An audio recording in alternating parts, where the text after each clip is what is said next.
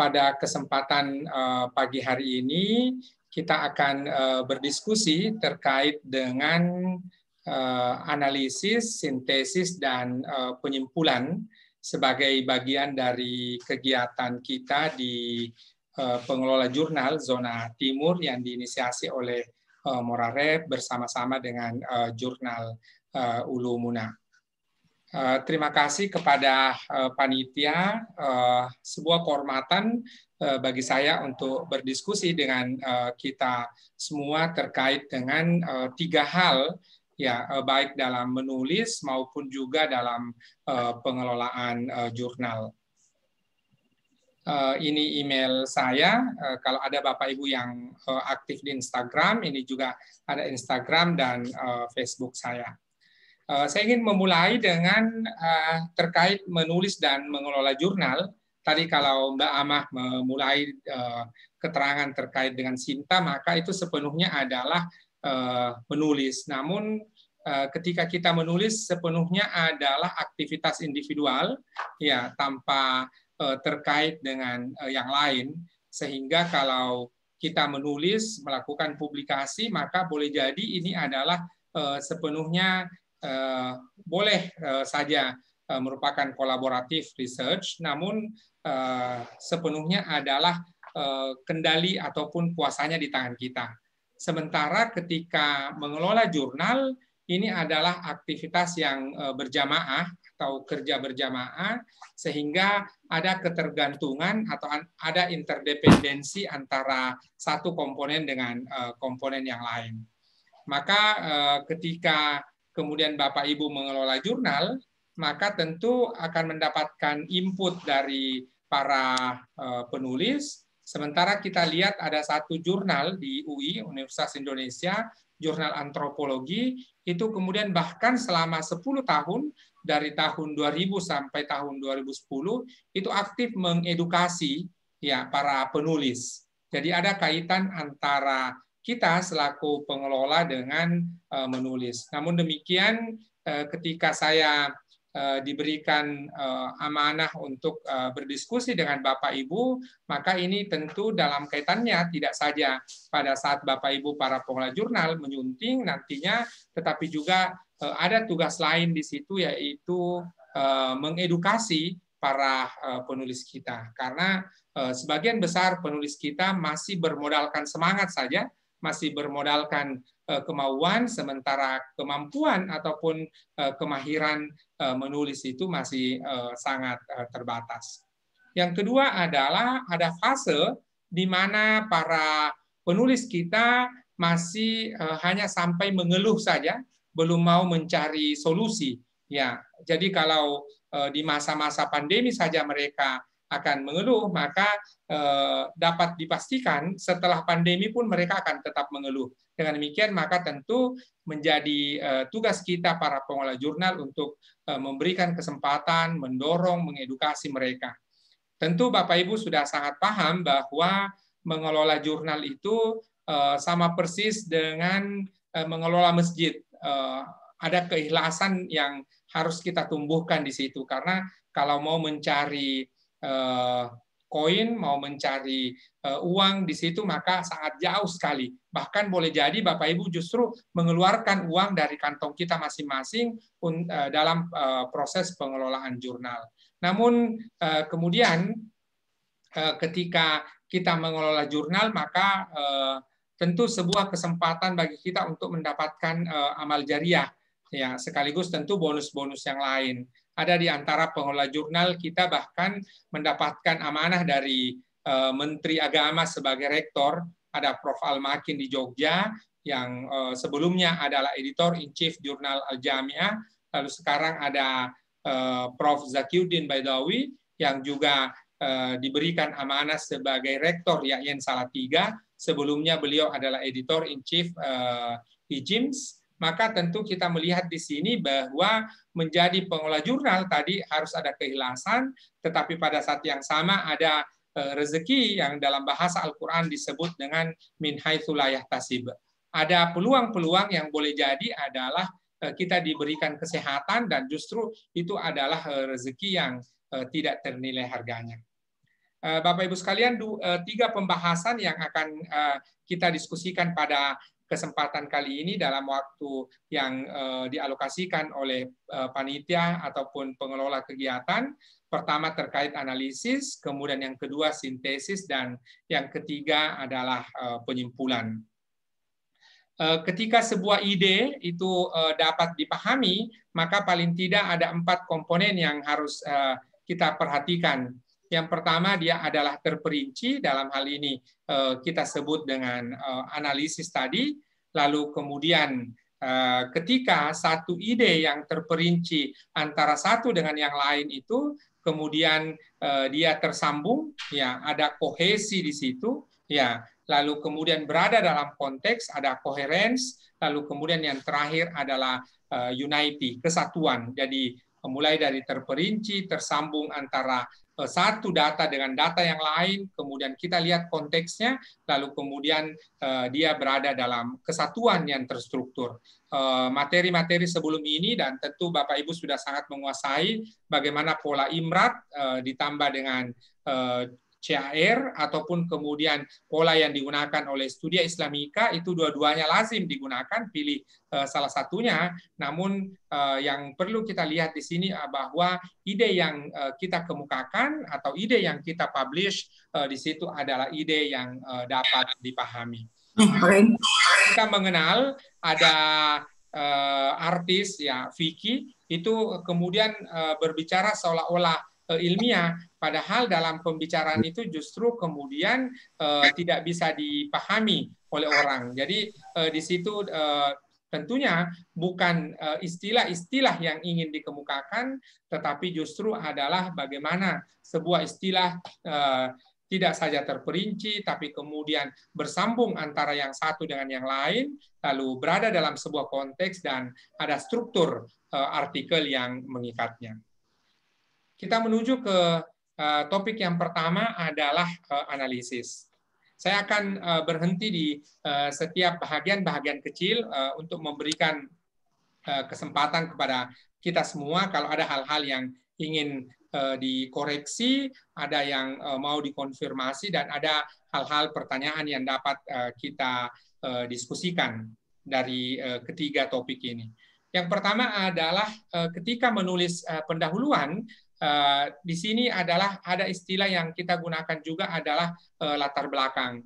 Namun saya istilahkan adalah bukan latar samping, ya, karena kalau latar belakang artinya menjadi dasar kenapa kemudian tulisan ini menjadi penting. Ya, tulisan ini kenapa harus dilakukan. Paling tidak bahwa ketika menulis pendahuluan ada 4 hal yang harus ada dalam bagian pendahuluan. Yang pertama adalah kondisi terkini yang membuat penelitian ini harus dilaksanakan, lalu kemudian ada research gap di situ, apa yang sudah dilakukan research gap terkait dengan Dasein dan Dasolen, kemudian apa yang sudah pernah diteliti oleh orang, apa yang pernah dipublikasi oleh orang, yang kita sebut dengan state of the art, dan yang terakhir adalah tujuan dengan menggunakan kata-kata operasional. Bukan lagi sekedar menggunakan kata memahami, bukan lagi sekedar menggunakan kata mengetahui C1 ataupun C2, tetapi harapannya adalah kita menggunakan minimal C4 atau kadang-kadang kita sebut dengan higher order thinking skill, kemampuan berpikir tingkat tinggi, bukan low order thinking skill atau kemampuan berpikir tingkat rendah. Lalu ada kesilapan berulang yang dilakukan oleh kolega-kolega kita ketika menulis artikel adalah, kecuali ini dalam bidang ilmu hukum, tetapi dalam bidang yang tidak termasuk tulisan hukum, maka tidak perlu ada di situ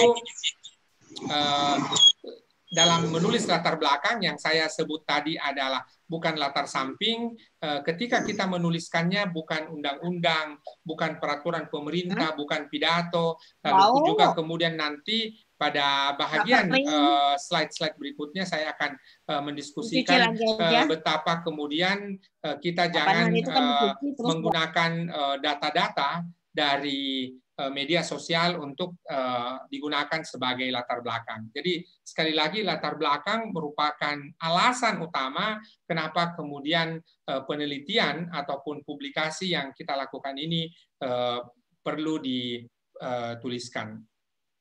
Lalu selalu saja dalam bagian pendahuluan, kolega-kolega kita ketika menulis itu adalah selalu menggunakan kata maupun kalimat yang sangat klise. Di antaranya Indonesia negara kepulauan, terbentang dari Sabang sampai Merauke, Indonesia sebagai masyarakat multikultural, masyarakat majemuk, dan sebagainya.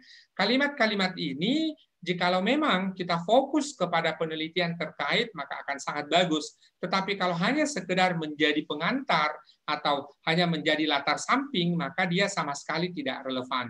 Oleh karena itu adalah perlu sejak awal, tadi saya sengaja mengemukakan bagaimana effort yang dilakukan oleh jurnal antropologi Universitas Indonesia dalam mengedukasi penulis, maka jikalau Moraref dan juga Ulumuna hari ini melakukan program sosialisasi ataupun penyamaan persepsi dengan kita semua para pengelola jurnal, maka paling tidak ke depan tentu kita harus melakukan ikhtiar tambahan di mana kita perlu mengedukasi para penulis kita. Selanjutnya adalah penggunaan ayat ataupun hadis. Bahkan kadang-kadang ada kolega kita yang menyatakan karena kita ini dari perguruan tinggi keagamaan Islam negeri, maka wajib hukumnya ada ayat ataupun hadis. Maka kalau saya berpandangan ketika ada kalimat seperti itu, maka itu sepenuhnya adalah cocologi, ya mencocok-cocokkan saja, padahal belum tentu tadi relevan. Kita kembali ke awal tadi bahwa sebuah ide itu akan dipahami kalau tidak saja kemudian dia dianalisis, tetapi juga adalah antara satu ide dengan ide yang lainnya saling keterkaitan, lalu kemudian ada konteksnya dan juga ada di situ kesatuan. Namun ketika kemudian kita hanya menggunakan ayat ataupun hadis sebagai bahagian dari latar belakang penelitian, maka itu tidak relevan karena perlu kita lihat konteksnya, lalu kemudian sesungguhnya ayat bukan merupakan bahagian dari sebuah paragraf saja, apalagi kalau kemudian sekedar ayat dijadikan sebagai justifikasi ataupun pembenaran, di mana ya kemudian tentu menulis artikel adalah sebuah hal yang berbeda sama sekali dengan ceramah. Ya, jangan sampai kemudian ketika kita menulis sebuah artikel atau mendapatkan sebuah artikel, ada beberapa pernyataan, lalu kemudian dituliskan ya bahwa sebagaimana dalam ayat, berarti itu menggunakan gaya ceramah. Bahkan almarhum Harun Nasution ya sering memberikan pandangan bahwa bagi Bapak Ibu ataupun mahasiswa yang sementara menulis disertasi, menulis tesis, ya kalau dia selama ini berprofesi sebagai dai, penceramah, maka tentu kemudian perlu mengurangi ceramahnya, karena jangan sampai kemudian pola ceramah yang dimasukkan ke dalam disertasi ataupun tesis atau sebaliknya justru yang dilakukan adalah dalam kaitan ya dengan menulis disertasi atau menulis artikel justru pola disertasi yang diceramahkan. Ini dua hal yang berbeda. Berikutnya lagi adalah boleh saja kita menggunakan sebuah ayat dengan paling tidak saya memberikan pandangan bahwa ada 4 hal yang memungkinkan sebuah ayat digunakan dalam artikel. Ketika itu adalah sebuah data, ataupun ketika sebuah ayat itu menjadi bahagian dalam pembahasan, ya, karena juga kita tidak bisa menafikan bahwa sekarang ini ada tuntutan di abad 21 bagaimana kemudian kita mengintegrasikan antara berbagai bidang keilmuan ke dalam satu kesatuan yang kita sebut universitas. Fakultas yang ada di perguruan tinggi kita sesungguhnya itu bukan sekedar sebagai bangunan, bukan sebagai sekedar pemisahan, tetapi fakultas sesungguhnya adalah merupakan ruang-ruang keilmuan yang tidak boleh kemudian berdiri sendiri, tetapi kemudian dia harus menyatu antara satu fakultas dengan fakultas yang lain dalam membentuk universitas. Itulah kenapa kemudian dari zaman Yunani kuno disebut dengan universitas, karena dia adalah bangunan ilmu pengetahuan yang komprehensif. Sebuah ayat juga boleh digunakan dalam bentuk sebagai perbandingan ya antara satu fenomena dengan fenomena yang lain, karena rangkaian ayat demi ayat dalam Al-Quran sesungguhnya adalah tidak akan pernah bertentangan dengan realitas, karena Al-Quran sebagai ayat-ayat kauliyah, sementara kemudian realitas ataupun kehidupan sehari-hari adalah ayat-ayat kauniyah. Karena ini kedua-duanya adalah ayat yang merupakan ciptaan Tuhan, maka dia tidak akan saling bertentangan antara yang satu dengan yang lain. Ataupun kemudian ayat menjadi sebuah potret, ayat menjadi sebuah bentuk ya pandangan di mana kemudian ini kita masukkan sebagai bagian dalam pembahasan. Betapa juga saya termasuk yang setuju bahwa publikasi-publikasi ilmiah harus kemudian senantiasa mengintegrasikan dengan pandangan-pandangan ayat jikalau itu relevan, karena kemudian kita bisa lihat tidak banyak ya hanya dengan hitungan jari saja umat Islam ataupun seorang Muslim yang mendapatkan hadiah Nobel. Kalau kita memandang bahwa Nobel merupakan salah satu pencapaian dalam ilmu pengetahuan ataupun pengakuan ataupun rekognisi seorang ilmuwan dalam aktivitas kecendikiaan, maka tentu ayat tidak boleh dipisahkan sama sekali sepanjang itu kemudian relevan dengan pembahasan dalam sebuah artikel. Berikutnya adalah tadi gambaran ketika kita mau melakukan analisis, maka operasional analisis itu sendiri paling tidak ada 3 hal. Kita mengidentifikasi sebuah topik, lalu kemudian antara satu topik dengan topik yang lainnya itu kemudian dipisahkan. Ya, sekaligus adalah kita membedakan antara satu kajian dengan kajian yang lain. Ini yang kemudian menjadi kata operasional untuk sebuah analisis. Sementara strukturnya sendiri dalam sebuah analisis tidak saja perlu adanya rasionalitas di situ, tetapi juga ada empiri. Ketika kemudian ada pertanyaan, Pak, bagaimana ketika saya mau menulis padahal bukan di lapangan, tetapi kemudian saya literatur, boleh-boleh saja, dan dalam publikasi artikel itu sesuatu yang diterima ataupun sesuatu yang sangat lazim. Jadi lapangannya bukan realitas sehari-hari, tetapi justru lapangannya adalah literatur. Dan bahkan dalam penulisan ilmiah, baik skripsi, tesis, disertasi, bahkan penelitian sekalipun, ada satu bidang ilmu yang kita sebut dengan filologi, ada kesusastraan atau kesastraan. Maka di situ kemudian memungkinkan ada empiri sepanjang kemudian kita bisa menunjukkan atau orang lain kemudian bisa melakukan pengecekan.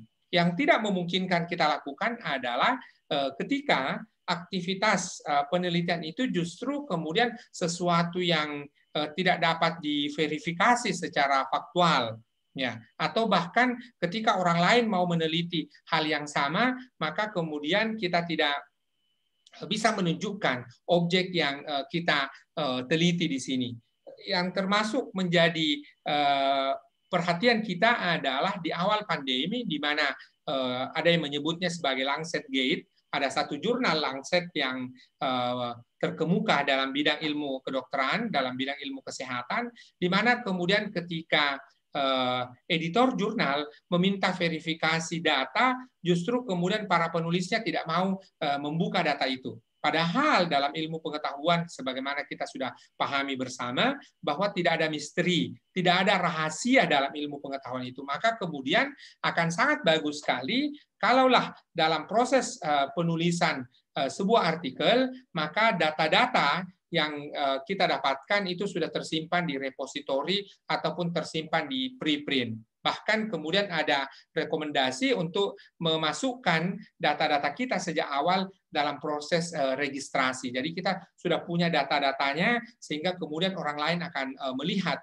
bahwa ini proses-proses yang kita lalui. Semata-mata dalam rangka open access, dalam rangka open science yang dimulai dengan akses terbuka dan orang lain akan punya kesempatan memberikan input, sugesti, bahkan koreksi terhadap apa yang kita lakukan dalam proses penelitian tersebut.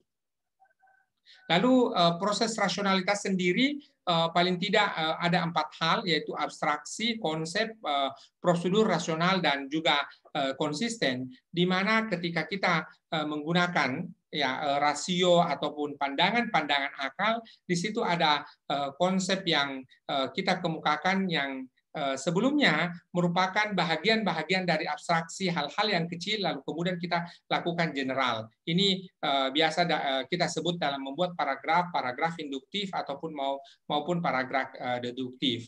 Lalu kemudian proses ilmiah di sini juga ada prosedur yang rasional, ada langkah-langkah yang dilakukan, langkah-langkah yang sepenuhnya sudah diuji oleh orang lain, langkah-langkah yang kemudian sudah menjadi kelaziman umum ataupun langkah-langkah yang merupakan metode yang sudah diterima oleh masyarakat akademik ataupun masyarakat ilmiah secara umum.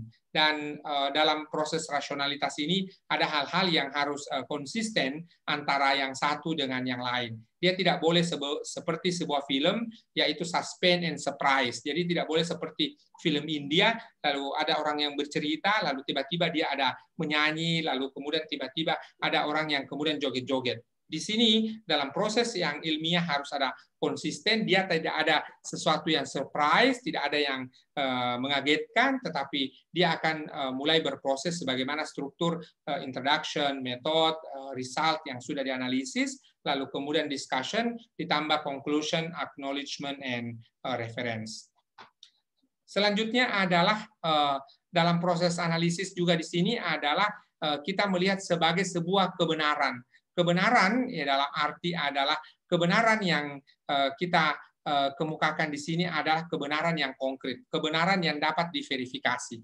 Kalau kemudian kita bicara sesuatu hal-hal di luar panca indera yang boleh jadi itu adalah tetap sebagai sebuah kebenaran, tetapi dia tidak menjadi kebenaran konkret, tidak menjadi kebenaran ilmiah. Ya, sebagaimana terkait dengan sebagai contoh adalah jin, malaikat, iblis dan sebagainya, dia tetap sebagai sebuah kebenaran, tetapi dia bukanlah kebenaran yang konkret. Tidak semua orang memiliki panca indera ataupun indera keenam yang mampu melihat itu. Kecuali ketika kemudian itu sudah dituliskan dalam bentuk manuskrip, ya dalam bentuk sebuah naskah, dan itu tentu dapat diverifikasi oleh orang lain.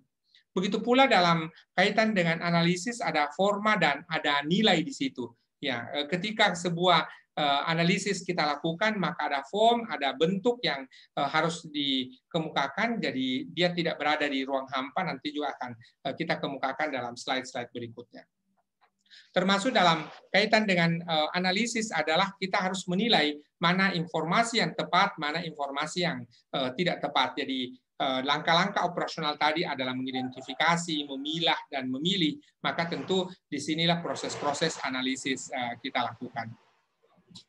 Metode berpikir yang kita lakukan dalam proses analisis ini, di mana kemudian ada fakta, ya tentu kita sama memahami bahwa fakta ini berbeda dengan opini, di mana kemudian fakta dapat diverifikasi, fakta itu kemudian kita akan sepakat antara satu dengan yang lain, tidak berbeda antara satu subjek dan subjek yang lain. Dari fakta-fakta itu kemudian akan muncul sebagai sebuah konsep.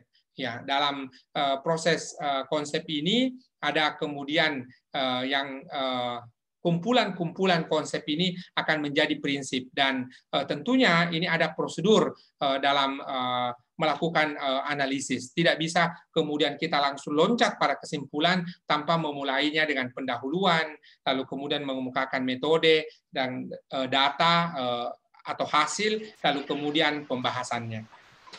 Ya. Kata kunci dari analisis di sini adalah ada hal-hal yang kita uraikan. dari uraian-uraian yang dikemukakan itu ada sebuah hasil yang dapat dikelompokkan, lalu yang paling penting adalah sebuah penyampaian yang sederhana. Dia tidak boleh menjadi penyampaian yang rumit. Ya, di sini kita perlu sejak awal kemudian mengemukakan bahwa sebuah informasi akademik justru yang perlu kita lakukan adalah informasi yang sederhana. Jangan sampai justru kemudian informasi yang kita kemukakan adalah informasi yang sangat rumit dan justru menyukarkan orang lain untuk memahaminya. Jadi sebuah informasi yang ilmiah adalah semakin sederhana akan semakin bagus. Ya, itu untuk sementara moderator saya kembalikan jikalau ada hal-hal yang dapat kita diskusikan, ada hal-hal yang